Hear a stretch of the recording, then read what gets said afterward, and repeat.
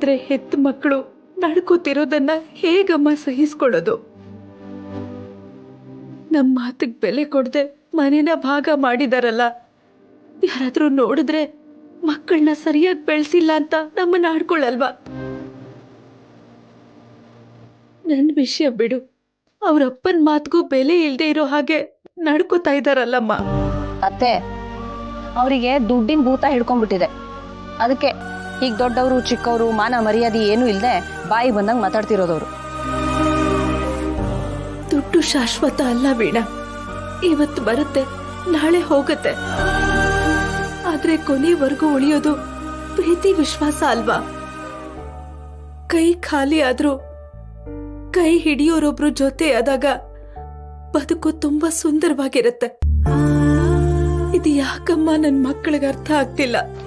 ಅರ್ಥ ಆಗುತ್ತೆ ಅತ್ತೆ, ಅರ್ಥ ಆಗೋ ಕಾಲ ಬಂದೇ ಬರುತ್ತೆ. ಹೀಗೆ ಹೇಳ್ತೀನಿ ಅಂತ ಬೇಜಾರು ಮಾಡ್ಕೋಬೇಡಿ. ಹೆತ್ತವ್ರ ಕಣ್ಣಲ್ಲಿ ನೀರು ಹಾಕಿಸಿ ಉದ್ಧಾರ ಆದವ್ರು ಯಾರಿದ್ದಾರೆ ಹೇಳಿ? ಇವತ್ತು ಸುಖವಾಗಿದ್ದೀವಿ ಅಂತ ಅವರೆಲ್ಲ ಅನ್ಕೊಂಡಿರ್ಬೋದು, ಆದರೆ ಅವ್ರವ್ರು ಮಾಡಿರೋ ಕರ್ಮ ಅವ್ರಿಗೆ ಬುದ್ಧಿ ಕಲ್ಸತ್ತೆ. ಹಾಗೆಲ್ಲ ಆಗೋದು ಬೇಡಮ್ಮ. ನಾವ್ ಹೆತ್ತ ಮಕ್ಕಳು ನಮ್ ಕಣ್ ಮುಂದೆ ಹಾಳಾಗೋದನ್ನ ನಮ್ ಕೈಲಿ ನೋಡಕ್ಕಾಗಲ್ಲ. ಅಂತ ಸ್ಥಿತಿ ಯಾವ ತಂದೆ ತಾಯಿಗೂ ಬರೋದ್ ಬೇಡ. ಅತ್ತೆ, ಕೆಡ್ಸೋರು 100 ಜನ ಇದ್ರು ಕಾಯೋನೊಬ್ಬ ಇದ್ದೇ ಇರ್ತಾನೆ. ಅವನಿದನ್ನೆಲ್ಲ ನೋಡ್ತಾನೆ ಇರ್ತಾನಲ್ವಾ? ಇಳಿ ವಯಸ್ಸಲ್ಲಿ ಮೊಮ್ಮಕ್ಕಳ ಜೊತೆ ಆಟ ಆಡ್ಕೊಂಡು ಖುಷಿಯಾಗಿರೋ ಸಮಯದಲ್ಲಿ ನಿಮ್ಮ ಕಣ್ಣಲ್ಲಿ ನೀರು ತರಿಸಿದ್ರೆ ಅವನು ಅದನ್ನೆಲ್ಲ ನೋಡದೇ ಇರ್ತಾನ ಹೇಳಿ? ನಿಮಗೆ ನಿಮ್ಮ ಹೆತ್ತ ಮಕ್ಕಳು ಅಂತ ಮಮಕಾರ ಇರಬಹುದು, ಆದರೆ ಅವನ ದೃಷ್ಟಿನಲ್ಲಿ ಕೆಟ್ಟವರೆಲ್ಲ ಒಂದೇ ಅತ್ತೆ. ವೀಣಾ, ಕೋಪದಲ್ಲಿ ಯಾರಿಗೇ ಆಗ್ಲಿ ಕೆಟ್ಟದಾಗ್ಲಿ ಅಂತ ಬಯಸೋದು ತಪ್ಪು. ನಮ್ಗೆಷ್ಟೇ ಕೆಟ್ಟದ್ ಮಾಡ್ಲಿ ಅವ್ರು ಚೆನ್ನಾಗಿರ್ಲಿ ಅಂತ ಬಯಸೋದು ನಮ್ ಧರ್ಮ ಅಮ್ಮ. ನಾನು ನಿಮ್ಮಷ್ಟು ಒಳ್ಳೆಯವಳಲ್ಲ ಅತ್ತೆ. ನೀವು ಏನೇ ಹೇಳಿ, ಇವ್ರು ನಡ್ಕೋತಾ ಇರೋ ರೀತಿ ನನಗೊಂದು ಸ್ವಲ್ಪನೂ ಸರಿ ಕಾಣ್ತಾ ಇಲ್ಲ. ನಾನು ನಿಮಗೂ ಇದನ್ನೇ ಹೇಳ್ತೀನಿ, ಒಳ್ಳೆತನ ಇರಬೇಕು, ಆದರೆ ನಮ್ಮ ಜೀವನಕ್ಕೆ ಮುಳುವಾಗೋಷ್ಟು ಅಲ್ಲ. ಬಿಡಿ, ಇಂಥವ್ರ ಬಗ್ಗೆ ಯೋಚನೆ ಮಾಡಿ ನಿಮ್ಮ ಆರೋಗ್ಯನ ಯಾಕೆ ಕೆಡಿಸ್ಕೋತೀರಾ ಅತ್ತೆ? ಬನ್ನಿ, ಒಳಗೆ ಹೋಗಿ ಏನಾದರೂ ಕೆಲಸ ಮಾಡೋಣ, ಅವಾಗ ನಿಮಗೂ ಮನಸ್ಸು ಹಗರ ಆಗುತ್ತೆ.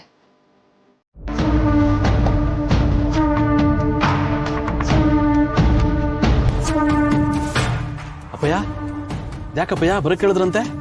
ಏನ್ಲಾ ಮರಗೋಡ ನಿನ್ ಕತೆ? ಏನ್ಲಾ ಮಾಡ್ತಾ ಇರೋದು ನಿನ್ ಲೈ? ಯಾಕಪ್ಪಯ್ಯ, ನಾನೇನ್ ಮಾಡ್ದೆ? ಅಲ್ಲಕಲ್ಲ, ಆ ಕೇಸ್ ಬಗ್ಗೆ ಯಾಕಲ ಅಷ್ಟೊಂದು ಇಂಟ್ರೆಸ್ಟ್ ತೋರಿಸ್ತಾ ಇದ್ಯಾ? ನಾನು ಹೇಳ್ತಾ ಇವ್ನು ಕೇಳು, ಆ ಕೇಸಿನ ನೀ ಸ್ವಲ್ಪ ದೂರ ಇರೋದು ಒಳ್ಳೇದು. ಏನ್ ಹೇಳ್ತಿದ್ರಿ ಅಪ್ಪಯ್ಯ? ನಮ್ಮನೆ ಹೆಣ್ಮಗ್ಳಿಗೆ ಅನ್ಯಾಯ ಆಗಿರೋದು ನೀವು ನೋಡಿದ್ರೆ ಕೇಸ್ ಸುಮ್ಮನೆ ಬಿಡು ಅಂತಿದ್ರಿ. ಹಂಗಂತ ಸ್ಟೇಷನ್ ಇರ್ಬೇಕಾಗಿ ಎಸ್.ಪಿ.ನ ಮನೆಗೆ ಹಾಕ್ಲಾ ಕರೆಸ್ದೆ ನೀನು? ನಾನು ಅವನ ಹತ್ರ ಫೋನಲ್ಲಿ ಎಲ್ಲ ಮಾತಾಡಿದ್ದೆ ತಾನೆ? ನನ್ನನ್ನು ಮೀರ್ ಮಾಡೋವಂಥದ್ದು ಏನಾಯ್ತು ನಿನ್ಗೆ? ಎಲ್ಲ ಅಪ್ಪಯ್ಯ,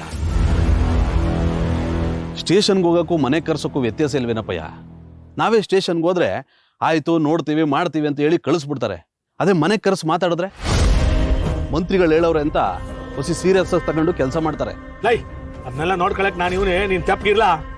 ಹಂಗಲ್ಲ ಕಣಪ್ಪಯ್ಯ, ನೀವು ಮಂತ್ರಿ ಆಗಿದ್ದೀರಿ, ನೀವು ಎಲ್ಲ ಕೆಲಸದಲ್ಲೂ ಬ್ಯುಸಿ ಇರ್ತೀರಿ, ಸಮಯ ಸಮಾರಂಭ ಮೀಟಿಂಗ್ ಅದು ಇದು ಅಂತ. ಅದಕ್ಕೆ ಇದನ್ನ ನಾನು ತಲೆ ಕೆಡಿಸ್ಕೊಂಡೆ. ಏನ್ಲಾ ಮರಗೋಡ ನಿನ್ ಕತೆಲಿ? ನಾನೇನಾದ್ರೂ ಮಾತಾಡಿದ್ರೆ ತಲೆ ಅಲ್ಲಾಡ್ಸ್ಕೊಂಡು ಸುಮ್ಮನೆ ನಿಂತಿರ್ತಿದ್ದೆ. ಇವಾಗ ನನಗೆ ಎದುರುಗಡೆ ನಿಂತ್ಕೊಂಡು ಎದುರು ತಗೊಳಂಗಾಗ್ಬಿಟ್ಟಲ್ಲ ನೀನು? ಅಲ್ಲ ಅಪ್ಪಯ್ಯ, ಲೈ, ಸುಮ್ಮನೆ ನಾನು ಹೇಳಿದ್ ಕೇಳ. ನೀನು ಆ ಕೇಸ್ ತಲೆ ಹಾಕ್ಬಿಡಕಲ್ಲ. ಆಯ್ತು, ದೂರ ಇರ್ತೀನಿ, ಆದ್ರೆ ಭಾವನಿಗೆ ಯಾಕೆ ನ್ಯಾಯ ಕೊಡಿಸ್ಬಾರ್ದು ಅದನ್ನ ಹೇಳಿ. ಅದನ್ನೆಲ್ಲ ನಿನ್ನ ಹತ್ರ ಹೇಳ್ಕೊಂಡು ಕೂತ್ಕೊಳಕ್ ಹಾಕಿಲ್ಲ. ಸುಮ್ಕೆ ನಾನು ಹೇಳಿದ್ದೀನಿ ಕೇಳ ಅಷ್ಟೇಯ. ನಡ್ಲಾ ರೇ, ಕೆಲಸ ಆದ್ರೆ ಮಾಡ್ಕೊಂಡು ನಡ್ಲಾ.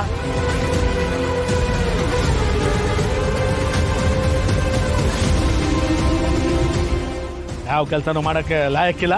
ನನಗೆ ಬುದ್ಧಿ ಹೇಳಕ್ ಬಂದ್ಬಿಟ್ಟ ಇಲ್ಲಿ. ಎಲೆಕ್ಷನ್ ಅಲ್ಲಿ ಗೆಲ್ಲೋ ತಕ್ಕ ಗೆಲ್ಲಬೇಕು ಅನ್ನೋ ಆಸೆ ಇತ್ತು. ಗೆದ್ಮೇಲೆ ಯಾಕಾದ್ರೂ ಗೆದ್ದು ಅನ್ಸ್ಬಿಡೈತೆ. ಎಲ್ಲ ಬಂದು ನನಗೆ ಒಕ್ಕರ್ಸ್ಕೊಂಡ್ಬಿಟ್ಟವೆ.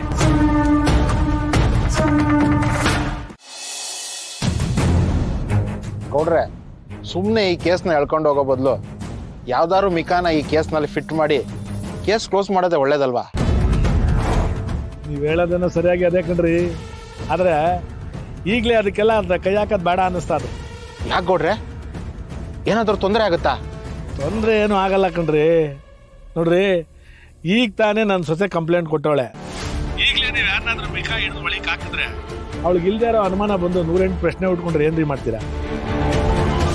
ಅದಕ್ಕೆ ನೀವು ನಾನು ಇನ್ವೆಸ್ಟಿಗೇಷನ್ ಮಾಡ್ತಾ ಇದ್ದೀನಿ ಅಂತ ನೀವು ಹೇಳ್ತಾನೇ ಇರಬೇಕು. ಅವಳು ಇನ್ವೆಸ್ಟಿಗೇಷನ್ ಮಾಡ್ತಾವ್ರೆ ಅಂತ ಕಾಯ್ತಾನೇ ಇರಬೇಕು. ಅವಳಿಗೆ ಈ ಕೇಸ್ ಬಗ್ಗೆ ಇಂಟ್ರೆಸ್ಟ್ ಕಮ್ಮಿ ಆಗೋ ಸಮಯಕ್ಕೆ ಯಾವುದಾದ್ರೂ ಒಂದು ಮಿಕಾ ಹಿಡಿದು ಒಳಗೆ ಹಾಕ್ಬಿಡ್ಬೇಕು. ಆಟಯ್ಯ.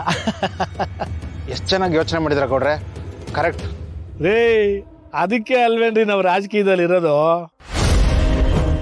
ನೋಡ್ರಿ, ಒಂದ್ ಕಡೆಯಿಂದ ಯಾರನ್ನಾದ್ರೂ ಬಿಟ್ಟು ರೋಚಿಗೆ ಬುರಿಸ್ತಾ ಇರಬೇಕು, ಇನ್ನೊಂದ್ ಕಡೆ ನಮ್ಮವ್ರನ್ನ ಯಾರನ್ನಾದ್ರೂ ಬಿಟ್ಟು ಶಾಂತಿ ಮಾಡ್ತಾನೆ ಇರ್ಬೇಕಲ್ರಿ. ಆಗ್ಲೇ ನಾವು ರಾಜಕೀಯದಲ್ಲಿ ಉಳಿಯೋಕ್ಕಾಗೋದು, ಬೆಳೆಯೋಕ್ಕಾಗೋದು. ಅದು ಅಲ್ಲದೆ ನನ್ನ ಮಗ ಸಿದ್ದೇಗೌಡ ಮುಂದೆ ರಾಜಕೀಯದಲ್ಲಿ ಬೆಳೆದು ತುಂಬ ದೊಡ್ಡವನಾಗೋನು. ಅವನಿಗೆ ಕೆಟ್ಟ ಹೆಸರು ಬರೋದು ನನಗಿಷ್ಟ ಇಲ್ಲ. ಅದಕ್ಕೆ ಈ ಕೇಸಿಗೆ ಬೇಕಾಗಿರೋ ಮಿಕನ ನಾನೇ ಹುಡುಕೊಂಬರ್ತೀನಿ. ಅಲ್ಲಿ ಗಂಟ ನೀವು ಇನ್ವೆಸ್ಟಿಗೇಷನ್ ಮಾಡ್ತಾನೆ ಇರಿ. ಸರಿ ಗೌಡ್ರೆ. ನೋಡ್ರಿ, ಈ ವಿಷಯನ ನೀವು ಯಾರಿಗೂ ಹೇಳಕ್ ಹೋಗ್ಬಾರ್ದು.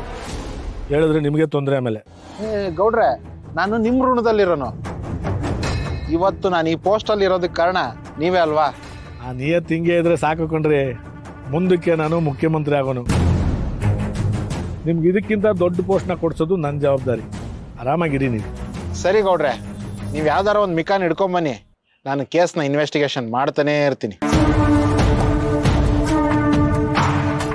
ಪರವಾಗಿಲ್ಲ.